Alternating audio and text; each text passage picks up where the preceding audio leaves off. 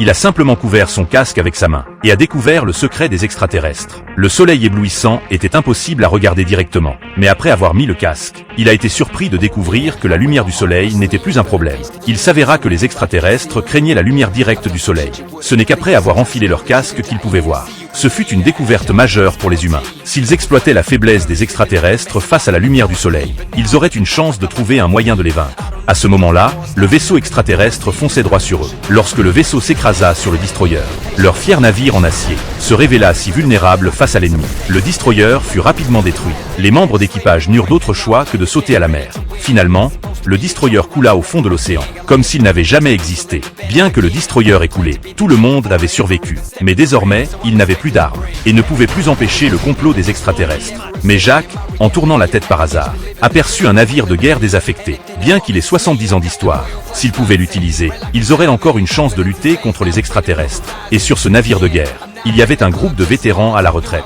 En apprenant que la Terre était envahie par les extraterrestres, les vétérans étaient prêts à monter au combat pour continuer à se battre. Mais ils furent interceptés en chemin. Le vaisseau mère des extraterrestres émerge lentement de l'eau. Son corps gigantesque soulève des vagues gigantesques. Alors que la distance entre les deux camps continue de se réduire, Jacques ordonne de tourner tous les canons vers la droite. Conscients du danger, les extraterrestres activent immédiatement leurs armes.